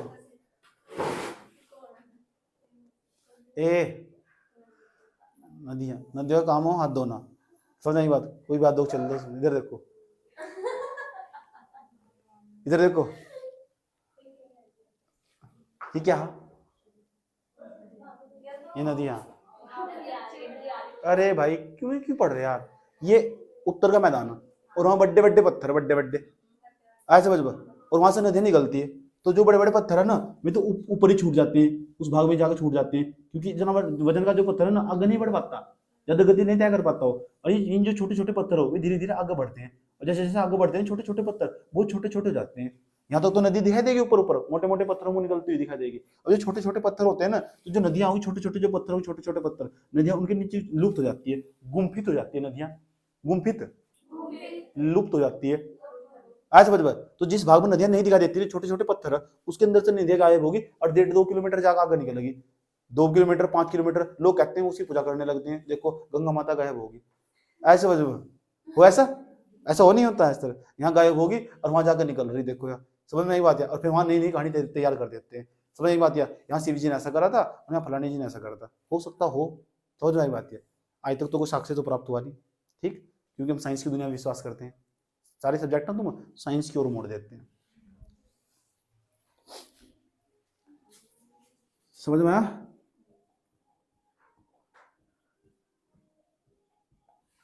तो समझ में आया? इस क्षेत्र को ना भाबरक क्षेत्र बोलते हैं, भाबरक क्षेत्र। और ये नदियां ना कुछ कुछ दूर आगे जाकर इस भाग में निकल जाती है, इस वाले भाग में जाकर निकल जाती है, इस वाले भाग में जाकर नदियां आगे निकल जाती है। और नदियों का पानी ना ऐसे बिछा देती है और अपना आकार धीरे धीरे विस्तार करने लगती है पानी का, और ना पानी जमा हो जाता है इस क्षेत्र में जाकर। देखो ऊपर कौन, ये हिमालय, मान हिमालय, ये मध्य हिमालय, और नीचे शिवालिक हिमालय। शिवालिक हिमालय के नीचे आओगे ना तो आपको जो क्षेत्र दिखाई देगा उसे भाबरक क्षेत्र कहते हैं। और भाबरक क्षेत्र के नीचे आओगे ना जो एक पानी रुका पड़ा रहता है वहां से तराई एक क्षेत्र, उसको बोलते हैं तराई क्षेत्र। तराई वहां से जो गेहूं की फसल हो, गेहूं की धान की फसल हो, जिसे ज्यादा पानी चाहिए, धान की फसल होगी, गन्ने की फसल होगी, पानी रुका हुआ आराम से शांति के साथ, जैसे उत्तराखंड के अंदर उधम सिंह नगर मौजूद है, तराई क्षेत्र में फैला हुआ हो। आए समझ में? इनकी यह विशेषता हो, ये तराई क्षेत्र हो और भाबरक क्षेत्र हो, यहाँ ना इस तराई क्षेत्र के अंदर पानी तो भरा हुआ ही हो, तो पानी के अंदर ना बड़े मोटे मोटे मच्छर पनप जाते हैं। तो जो अंग्रेज थे ना उन्होंने हिल स्टेशन पहले यही बनाए थे, और जो उन्होंने मच्छरों को काटना स्टार्ट करा ना, आज समझ में, अपने हिल स्टेशन को वहां ले गए मध्य हिमालय पर। समझ में आया बात? यह ठीक, यही कारण था कि जो हिल स्टेशनों का निर्माण वहां हुआ। तो भाबरक क्षेत्र समझ में आया और तराई क्षेत्र समझ में आया। अब मैं भाबरक क्षेत्र है ना, इसकी तो मोटे मोटे तरीके से विशेषता बताता हूँ। भाबरक क्षेत्र और तराई क्षेत्र समझ में आया। भाबरक क्षेत्र इसके बारे में लिखाऊंगा, इसके बारे में समझाऊंगा, मैं बोलकर बताऊंगा, यहाँ समझाऊंगा भाबरक क्षेत्र की क्या विशेषता और तराई क्षेत्र की क्या विशेषता। वो लिखनी होगी तुम लाइन, भाबरक क्षेत्र ऐसा हो, तराई क्षेत्र ऐसा हो। समझ में आया बात? अभी बताऊंगा कितनी इसकी चौड़ाई हो, कितनी लंबाई हो, भी मेंस में लिखने में काम आएगा, मेंस प्रोस्पेक्टिव तक। प्री में तो कोई सवाल नहीं पूछने में, बात समझ में आई? प्री में सवाल इंपोर्टेंट है, प्लेस्टोसीन काल में इसकी उत्पत्ति उत्तर के मैदान में। समझ में आया बात है? प्री में सवाल हो, प्री में सवाल पूछा जा सकता, जो उत्तर का मैदान है ना वो पश्चिम की तरफ चौड़ाई है उसकी ज्यादा और पूर्व की तरफ कम है, इसका स्टेटमेंट देकर पूछा जा सकता। समझ में आया बात है? ये यूपीएससी की परीक्षा सवाल है, पीसीएस में इतनी तमीज नहीं आता, सवाल नहीं करने लगा। समझ में आया बात है? ठीक, क्योंकि हर एग्जाम का एक नेचर हो, इंसान का अपना एक खुद का नेचर हो। समझ में आया बात है? तुम्हारा नेचर क्या है तुम नहीं बदल सकते, मेरा नेचर क्या है मैं बदल सकता हूँ, डायनेमिक, आई एम डायनेमिक। समझ में आई बात है? अब मेरा नेचर क्या है, मैं डायनेमिक हूँ और जो सामने वाले को पक्का डायनेमिक कर देता हूँ। समझ? डायनेमिक क्या, डायनेमिक हिंदी में? शाबाश, वेरी गुड मैम। प्लीज, क्या हुआ? ये बात बताओ, समझ में नहीं है कोई प्रॉब्लम यहाँ तक? भाबरक क्षेत्र, तराई क्षेत्र, उसके बाद ध्यान से ये ब्रह्मपुत्र नदी नहीं आई, ब्रह्मपुत्र नदी, ये असम है ना, जो असम का जो मैदान बनाया गया, इसे भी उत्तर का मैदान ही बोलते हैं। असम का मैदान ब्रह्मपुत्र नदी के द्वारा बनाया गया, इसके द्वारा जो निक्षेप था, समझ में, उसे लाके बिछा देगा इस क्षेत्र के अंदर। समझ में आती है? जो निक्षेप लाके बिछा देगा, गंगा नदी ने इतना बड़ा मैदान तैयार कर दिया।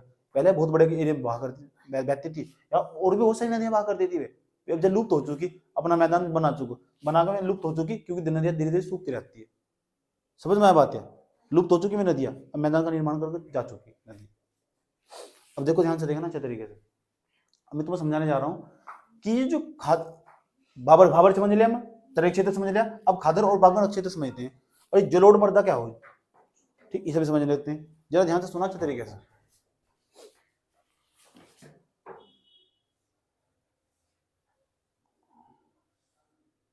ऐसे बहेगी नदी, कैसे बहेगी?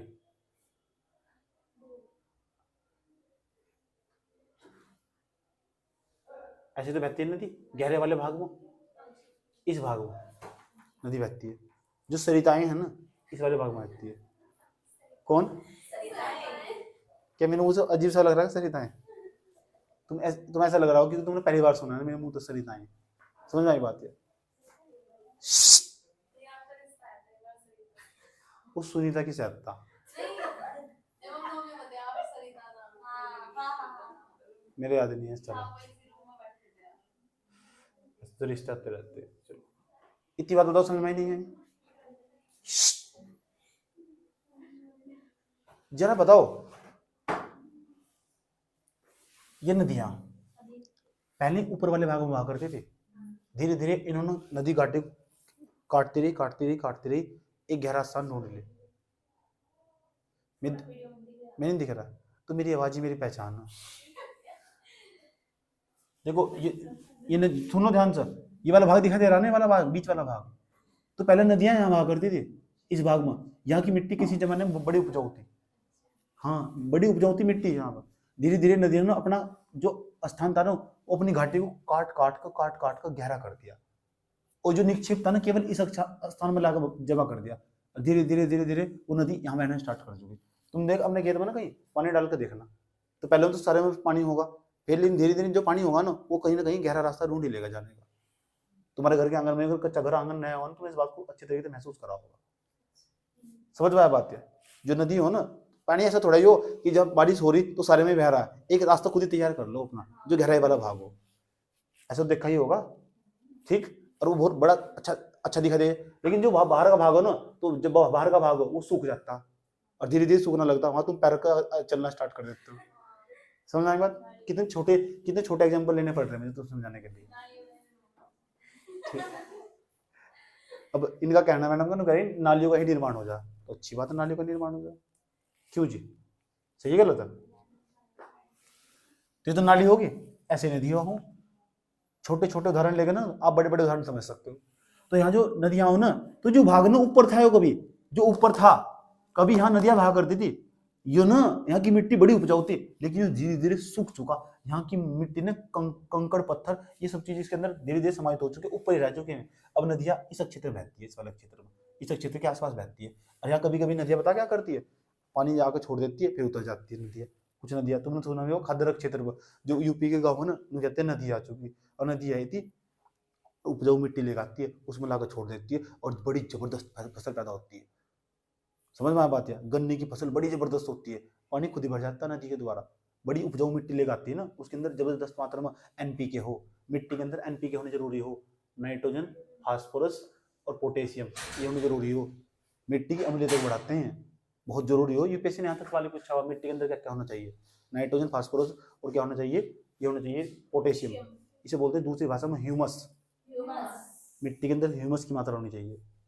समझ में आ बात? या तो चलो ये वाला भाग, तो ये बताओ जो ऊपर वाला भाग ये बंजर क्षेत्र नहीं कहलाता, तो बंजर क्षेत्र, बंजर, जो बंजर क्षेत्र है ना उसे बोलते हैं बांगर क्षेत्र। कुछ क्षेत्र कुछ लोगों ने उसे बांगुर भी कह सकते हैं, बांगुर। तो यहाँ इसे ना बांगर क्षेत्र बोलते हैं। और जो बांगर क्षेत्र हो ना, यहाँ कभी भी फसल नहीं हो सकती, बहुत सूखा इलाका हो।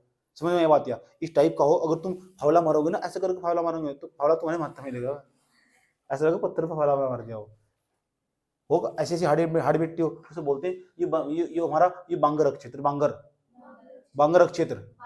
लेकिन बांगर क्षेत्र में भी कभी मिट्टी बहुत उपजाऊ थी, अब नहीं है। लेकिन बांगर क्षेत्र का निर्माण ना नदियों के द्वारा जो जलोढ़ लाया गया उसे हम लोड बोलते हैं, अवक्षेप बोलते हैं उसे। तो इसलिए ना जो बांगर क्षेत्र और जो हमारा खादर क्षेत्र, तो ये वाला सारा खादर क्षेत्र जहाँ नदियां बहती है, आज समझ, फिर नदियां उतर जाती है, इस वाले भाग में मिट्टी बहुत अधिक उपजाऊ हो जाती है, तो इसे बोलते हैं खादर क्षेत्र। आसपास का जो क्षेत्र है ना इसे बोलते हैं बांगर क्षेत्र, ये बांगर क्षेत्र, बांगर। और जो आसपास का क्षेत्र उसे बोलते हैं खादर क्षेत्र, खादर क्षेत्र। और जो खादर क्षेत्र और ये बांगर क्षेत्र, तो जो खादर क्षेत्र बहुत उपजाऊ हुआ, और ये कभी उपजाऊ हुआ करता था। इसका निर्माण नदियों के द्वारा, जो अवसाद था उसके द्वारा जमा किया गया। इसका निर्माण बांगर का और जो खादर क्षेत्र है ना, इनका निर्माण कैसे किया गया? बांगर और जो खादर क्षेत्र, इसका निर्माण ऐसे किया गया जो नदी के द्वारा जो लोड लाया गया था उससे इसका निर्माण हुआ। इसलिए यहाँ की जो मिट्टी ना उसे हम जलोढ़ मृदा भी कहते हैं, जलोढ़ मृदा। खादर और जो बांगर है ना, वहां की जो मिट्टी उसे हम जलोढ़ मृदा के नाम से जानते हैं। अच्छी फसल हुआ करती थी इस जमाने में से। पता लगा जलोढ़ मृदा किसे कहते हैं? ये सुन नो, बात समझ में आई? तो अब मैं बाबर क्षेत्र के बारे में थोड़ा तमीज से बताने जा रहा हूँ, जो तुम अपने नोट्स के अंदर लिखोगे। ये तो तुम्हारी समझ के लिए था, समझ में आई बात? मोटे मोटे तौर पर तुम्हें समझाना था अभी। लेकिन मैंने तुमको कहा था जो बाबर क्षेत्र है, जैसे शिवालिक पहाड़ी से नीचे उतरोगे, तो इसे कैसे रियलाइज कर सकते हो तुम? ये पहाड़ियां ऊपर की, जैसे तुम हरिद्वार में आए, हरिद्वार जो पहाड़ियां ने ऊपर, ये चंडी देवी, मनसा देवी दिखाई देगी, ये सारी शिवालिक पहाड़ियां। इसके थोड़ा नीचे को आओ, जहाँ जबलपुर का क्षेत्र है ना, औरंगाबाद वाला क्षेत्र, यहाँ मच्छर पैदा हो यहाँ, क्योंकि यहाँ बाबर क्षेत्र आया। समझ लो, इससे ऊपर जाओगे बाबर क्षेत्र पहाड़ी के बराबर में, वहां रहना मुश्किल हो जा। उसके नीचे आओगे तो थोड़ा तराई क्षेत्र मिलेगा तुम्हें। तराई क्षेत्र ऐसा होगा वहाँ पानी भरा रहता है 24 घंटे, तराई वाला। वहाँ गन्ने की फसल जबरदस्त होती है। लक्सर में यहाँ इस क्षेत्र में हो, लक्सर पूरा का पूरा, लक्सर रुड़की का जो लक्सर हो, इस क्षेत्र में हुआ। मैं लोकेलिटी का उदाहरण दे रहा हूँ तुम्हें। रुड़की जो लक्सर इस क्षेत्र में आगा, तराई क्षेत्र, उसमें खादर क्षेत्र में, कौन सा क्षेत्र में? खादरक क्षेत्र में चला जा, ये खादरक क्षेत्र में चला जा, वहां नदी आती है ना, यहाँ सोनानी नदी आती है और पानी भर के चली जाती है पूरा का पूरा एक क्षेत्र में, और खुद जबरदस्त मात्रा में फसल पैदा होता है। समझ में आया बात? या तो इसे तुम महसूस कर सकते हो जब तक तुम डेली लाइफ में देखते हो, पक्की बात है ये खादरक क्षेत्र होगा। और जो पुराने लोग हैं ना, मैंने सुना भी ना, यूपी में बहुत बड़ा क्षेत्र खादरक क्षेत्र है, और जहाँ भी खादरक क्षेत्र ना जबरदस्त मात्रा में फसल पैदा हो। और कुछ क्षेत्र ऐसा भी है जो बंजर हो, बंजर फसल की पता क्या खास बात हो, उसके अंदर बेरी के पेड़ पैदा हो, बेरी साइड में देखो तो नदियां हो, नदी के बराबर में बेर लगेंगे, क्योंकि वहां सूखा हो, और जो सूखा हो ना वो फसल उसी के मौसम के अनुकूल हो। आ समझ में? तो जो बेर के पेड़ हो ना, बेर जहाँ सूखे में उगते हैं, उनका निर्माण, उनके ना जो कांटे हो छोटे छोटे, उनको कांटों का निर्माण हो, ऐसी झाड़ियों का निर्माण होगा जिनमें कांटे होंगे। ऐसी जो नदी के किनारे ना, ऐसे क्यों होगा? क्योंकि पत्तियों का आकार बहुत छोटा होता चला जा, उन्हें नमी नहीं मिल पाती इस मात्रा में, अपना आकार बढ़ाते नहीं। बेरी के पेड़ के जो पत्ते हो ना वो छोटे छोटे होंगे। क्यों होंगे? यही तो कारण होगा, उसकी ऐसी मिट्टी के अंदर पनपते होंगे। जब पनपते होंगे तो पर्याप्त मात्रा में ऑक्सीजन नहीं मिलती, पर्याप्त मात्रा में पानी नहीं मिलता, पर्याप्त मात्रा में ह्यूमस की कमी हो। समझ में आ बात? या तो ऐसे ही पौधों का निर्माण हो, और धीरे धीरे ना जो पत्तियां धीरे धीरे छोटी होती चली जाती है और वे कांटों में तब्दील हो जाती है, इसलिए उनकी झाड़ियों पर छोटे छोटे कांटे पाए जाते हैं आसपास। और बढ़िया भी है एक प्रकार से, पूछो क्यों? नदियों की सुरक्षा नहीं करने का काम करते हैं चारों तरफ से। देखो प्रकृति का कितना सुंदर नजारा हो, फिर लोग इसे भगवान से जोड़ देते हैं, भगवान नगरास का निर्माण। सही भी तो है, प्रकृति को बचाने का काम तो है ही एक प्रकार का। समझ में आई बात है? अगर कोई नदी की तरफ जाने की कोशिश करेगा तो रास्ते में कांटे रोक लेंगे बीच में। कितना जबरदस्त तरीका मैकेनिज्म है, कौन बना रहा है इस तरह का मैकेनिज्म? देख लो। इसलिए जो ईश्वरवादी लोग ना बोलते हैं इस तरह का मैकेनिज्म तैयार करने के लिए ऊपर कोई सर्वोच्च सत्ता है जिसका नाम है भगवान। क्योंकि सब चीज को बनाना वाला कोई हो, मारकर भी किसी ने बनाया, सब चीज का एक में कर रहा, इस दुनिया को भी कोई संचालित कर रहा बैठा हुआ ऊपर तक, उसका नाम मुझे पता, उसका नाम क्या रख दिया गया? भगवान रख दिया गया नाम। ये रख दिया गया, किसने रखा? इंसान। समझ में आ बात है? तो ये सब काम प्रकृति को बचाने के लिए किया गया। इतनी बात बताओ, मुझे समझ में ही नहीं आई, कोई दिक्कत यहाँ तक? ठीक। अब मैं तुम्हें समझाने जा रहा हूँ यार, तुम्हें लिखना क्या है, भाबरक क्षेत्र के अंदर लिखोगे क्या? भाबरक क्षेत्र के अंदर जो शिवालिक है ना, शिवालिक क्षेत्र, पहली हेडिंग ये बनाओगे तुम, भाबरक क्षेत्र। तो सुनूंगा मुझे, शिवालिक क्षेत्र। तो जो शिवालिक क्षेत्र, भाबरक क्षेत्र हेडिंग बना लोगे, मेन हेडिंग बनेगी, निर्माण प्रक्रिया के आधार पर उत्तर के मैदान को 4 भागों में बांटा गया है, विभक्त किया गया है। लिख दोगे? नंबर 1 भाबरक क्षेत्र, नंबर 2 तराई क्षेत्र, नंबर 3 खादरक क्षेत्र, नंबर 4 बांगरक क्षेत्र। समझ में आ बात? या भाबरक क्षेत्र में क्या लिखोगे? पढ़कर बता रहा हूँ, सुनो ध्यान से अच्छे तरीके से। इसमें लिखोगे जो तुम देखना, जो मैं बोल रहा हूँ वही बात होगा। शिवालिक हिमालय के दक्षिण में, शिवालिक हिमालय के दक्षिण में लिखा, शिवालिक हिमालय के दक्षिण में 8 से 10 किलोमीटर की चौड़ाई में, 8 से 10 किलोमीटर की चौड़ाई है उसकी, 8 से 10 किलोमीटर की चौड़ाई में कंकड़ पत्थरों की एक पेटी पाई जाती है। ये कंकड़ पत्थरों की पेटी है, 8 से 10 किलोमीटर की चौड़ाई में कंकड़ पत्थरों की एक पेटी पाई जाती है। ये कंकड़ पत्थरों की पेटी होती है हाशिया, जिसे भाबर कहते हैं। कितनी चौड़ाई है उसकी? 8 से, किसके दक्षिण में होगी? शिवालिक हिमालय के दक्षिण में कितने किलोमीटर चौड़ी? एक क्या पट्टी का पाई जाती है, कंकड़ पत्थर की पाई जाती है, उसे क्या कहते हैं? भाबर कहते हैं। भाबर। इतनी बात बताओ, समझ में आई नहीं आई? ठीक। जो सरिताएं होती है, कौन? सरिताएं इसी क्षेत्र के अंदर विलुप्त नहीं हो जाती, गुम्फित नहीं हो जाती। या लाइन लिखोगे आप इसके अंदर, सरिताएं इसी क्षेत्र के अंदर विलुप्त हो जाती हैं। ठीक। इतनी बात समझ में आई नहीं? अगली हेडिंग क्या बनाओगे? तराई क्षेत्र। इतना ही लिखना इसके अंदर, मैं बोल के बता रहा हूँ तुम क्या क्या क्या क्या लिखना, इससे सिस्टमेटिकल तरीके से। जब तुम वीडियो देखोगे ना, तो वीडियो देखने के दौरान तुम्हें सब चीज ऐसे नोट करनी होगी। दूसरी हेडिंग क्या बनाओगे? दूसरी हेडिंग क्या बनाओगे? तराई क्षेत्र। अब बताओ, इसके ठीक नीचे, अब ऊपर कौन सा क्षेत्र था? भाबर के ठीक नीचे एक क्षेत्र फैला होता है, कुछ दूरी पर एक क्षेत्र फैला होता है, जिसे तराई क्षेत्र कहते हैं। तराई क्षेत्र बारीक बारीक कणों से मिलकर बना, यह क्षेत्र बारीक बारीक कणों से मिलकर बना होता है। किससे? यहाँ नदियां ऊपर की ओर तैरने लगती हैं। ऊपर की ओर नहीं तैरने लगती तराई क्षेत्र के अंदर, और पानी चारों तरफ फैल जाता। समझ में आ बात है? ठीक। मैं बता रहा हूँ क्या लिखना है, देख लो। इस भाग में हिमालय की नदियां पुनः प्रकट होकर, दोबारा प्रकट होती है नदियां, या तो गुम्फित हो गई थी, ये दोबारा प्रकट होती है, पुनः प्रकट होकर चारों ओर फैल जाती है। चारों ओर नहीं फैल जाती, समझ में आने बात है? चारों ओर फैल जाती है, जिससे यहाँ की भूमि दलदली प्रतीत होती है। यहाँ की भूमि दलदली प्रतीत होती है। जब पानी पानी होगा चारों तरफ, तो क्या होगी? भूमि दलदली प्रतीत होगी। चारों तरफ क्या जगह? पानी पानी। समझ में नहीं आया? कोई दिक्कत यहाँ तक? ये सुन लो,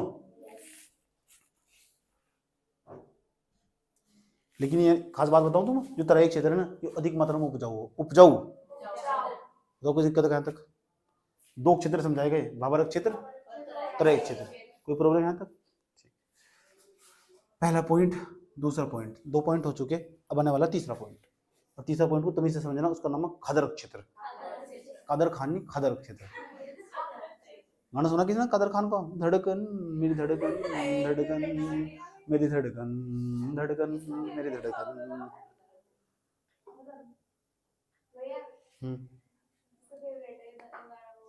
इसका इसे ना मैं यहाँ बोर्ड पे लिख रहा हूँ, अभिलेख, ठीक है, अभिलेख तैयार हो जाएगा इसका। हेडिंग बना लो, हेडिंग अगली क्या हेडिंग, अगली हेडिंग हम पता क्या बनाने वाले? नहीं, अगली हेडिंग बनाने वाले जलोढ़ मर्दा, जलोढ़ मर्दा, हेडिंग बनाओगे। इसके अंदर कितने क्षेत्र आएंगे? 2, खादरक क्षेत्र, बांगरक क्षेत्र। उसके बाद वाला डायग्राम भी बनाना, वाला डायग्राम भी, उससे ज्यादा समझ में आया, समझ में आया बात ये, ठीक? तो उस डायग्राम को बनाना कि कहाँ खादरक क्षेत्र हो, कहाँ बांगरक क्षेत्र हो। कहीं भी नदी हो ना तो देखना उसके ऊपर हमेशा कठोर मिट्टी दिखाई देगी तुम्हें। नदी जहां बह रही होगी ना, उसके ऊपर वाले क्षेत्र से कठोर मिट्टी दिखाई देगी तुम्हें।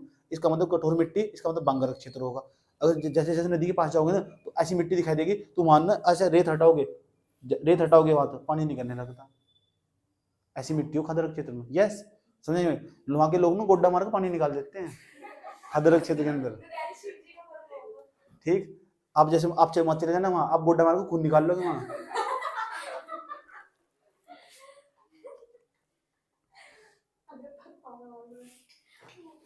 इतनी बात बताओ, समझ में नहीं आई? नेक्स्ट, नदी द्वारा, I am not interested this in this case, please please you understand. अगली हेडिंग जलोढ़, अगली हेडिंग बनाने वाले हम जलोढ़ मर्दा, ठीक? उसके अंदर देखो क्या लिखोगे, नदियों द्वारा लाए गए अवसादों के निक्षेप से जिस मर्दा का निर्माण होता है। अच्छा, ये जो मर्दा लाई गई है, या जो मर्दा यहाँ लाई गई, मिट्टी लाई गई यहाँ, या पहले दी थी या नदियों के द्वारा लाई गई? तो नदियों के द्वारा जो लाई गई मिट्टी, उससे जिस मर्दा का निर्माण होता उसे हम जलोढ़ मर्दा नहीं कहते।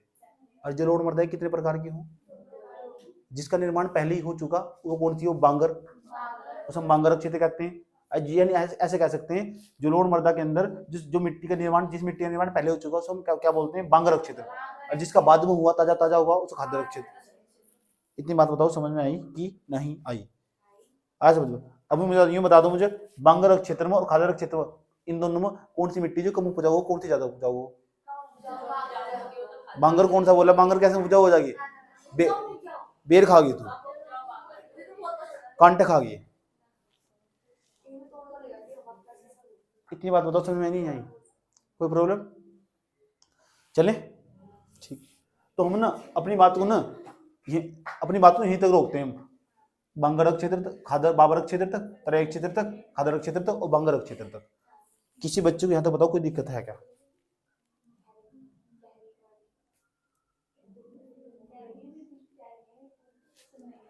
चुप चुप हो जाओ बिल्कुल, क्योंकि मेरे पे एडजस्ट नहीं होता बिल्कुल भी।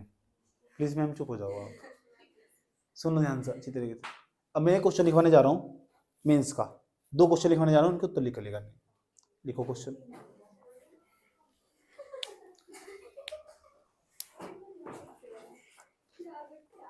अच्छा, जब अपने नोट्स बना रहे हो ना, तुम चाहे तो गूगल का सारा ले सकते हो, भाबर, तराई और खादर और बांगर, नोट्स बना रहे हो।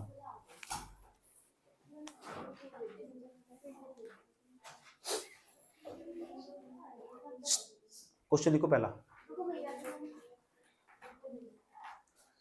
मेंस का क्वेश्चन लिखो।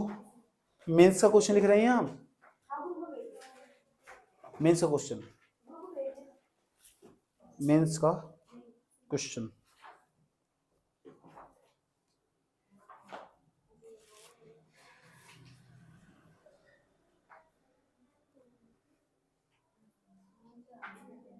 क्वेश्चन लिखो,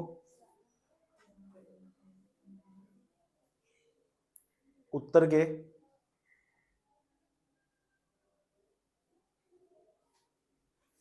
मैदान के निर्माण की प्रक्रिया को समझाइए। उत्तर के मैदान के निर्माण की प्रक्रिया को समझाइए।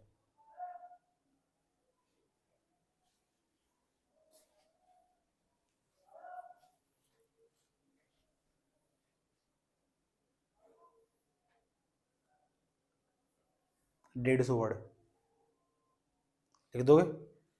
एक क्वेश्चन लिखवाने जा रहा हूं मैं, देखो। निर्माण प्रक्रिया के आधार पर उत्तर के मैदान को कितने भागों में विभाजित किया गया है, ठीक, उनका वर्णन कीजिए। लिखो क्वेश्चन। निर्माण प्रक्रिया के आधार पर, निर्माण प्रक्रिया के आधार पर, निर्माण प्रक्रिया के आधार पर उत्तर के मैदान को कितने भागों में विभक्त किया गया है, कितने भागों में विभक्त किया गया है।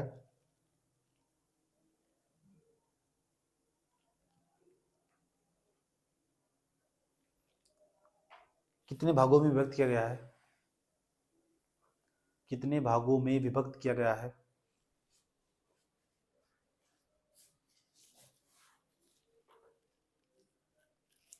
समझाइए।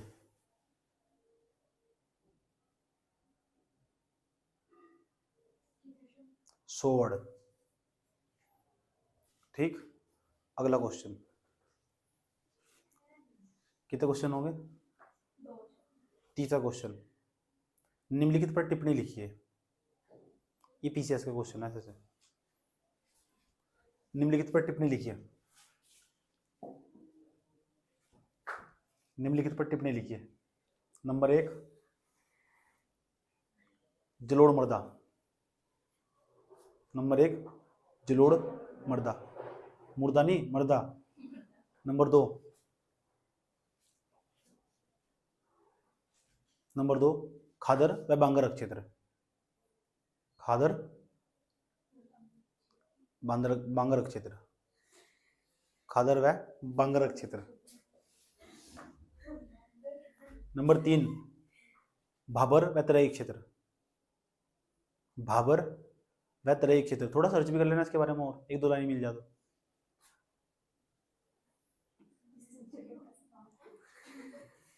दैट्स एनफ, ठीक। कितने क्वेश्चन हो गए? 3 क्वेश्चन हो गए। समझ में आया बात है? तो आज के लिए हम इतना रखते हैं। ध्यान से सुनो अच्छे तरीके से। चुप हो जाओ। देखो, जियोग्राफी में ना, मैं भी कह रहा हूँ, पहले पीछे का रिवीजन कर रखो। अगर रिवीजन नहीं करोगे, जितना जितना मैं आगे बढ़ता चला जाऊंगा ना, इतना तुम पीछे तो चले जाओगे। ये खास बात होगी। समझ में आया बात है? बहुत जरूरी है उसका रिवीजन करना। और रिवीजन करने के दौरान एक ही बात याद रखना, क्यों क्यों ये क्यों आ रहा है, वो ये मेन चीज है रिवीजन करते वक्त। समझ में आई बात? फिर तुम बता क्या होगा, जब ये क्यों आओगे तो फिर तुम जाओगे सीधा वीडियो पर, वहीं से देखो यहाँ दिक्कत खड़ी हो रही है। समझ में आई बात? ठीक। क्योंकि जब मैं सुनूंगा ना, फिर तुम्हारी बात लग जाने वाली। तो धीरे धीरे धीरे धीरे हम, आज हमारी 15 क्लास हो चुकी, 15 क्लास हो चुकी नहीं, लगभग 90 के आसपास क्लास जाने वाली है। और जीवन कला, हाँ, जीवन कला काल में कभी भी तुम जियोग्राफी पढ़ने की जरूरत नहीं है। समझ में आई बात है? जो तुम नोट्स तैयार कर रहे हैं ना, बहुत अच्छा नोट्स तैयार कर रहे हो तुम, मैं देख रहा हूं तुम्हारा। समझ में आई बात है? चले, इसलिए मैं इनसे, तुम चाहे तो इस वाले में आपको बना सकते हो अभी, अगर वहां नहीं दिखा देता तो छूट है तुम्हें, डिस्काउंट। Bye, good night.